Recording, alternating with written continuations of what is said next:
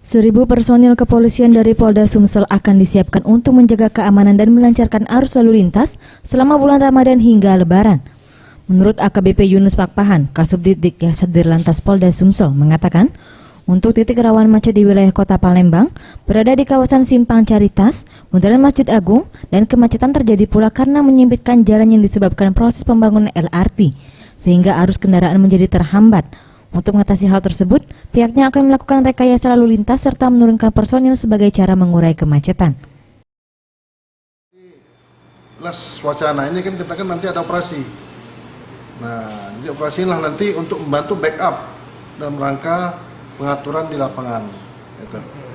Apakah perlu dilakukan rekayasa nanti Pak untuk lalu lintas? Itu masalah rekayasa nanti kita lihat saat waktu berjalannya operasi. Nah, kalau memang apabila perlu, kita laksanakan. Kalau enggak, kita atur sesuai dengan pengaturan aja.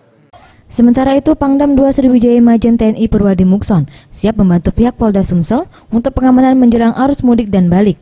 Untuk personil TNI yang akan bertugas saat ini masih dikoordinasikan dan pengamanan akan ditempatkan di tempat ibadah seperti gereja dan masjid besar di wilayah Kota Palembang. Pengamanan Lebaran kita membantu pihak kepolisian. Ya, manakala diminta, diinikan kita standby dan satuan Kodim setempat sesuai dengan wilayah masing-masing melakukan tugas sesuai dengan kewenangan. Puncak arus mudik diprediksi akan terjadi H-7 dan H+7 untuk arus balik. Fardu Satria, Sriwijaya TV.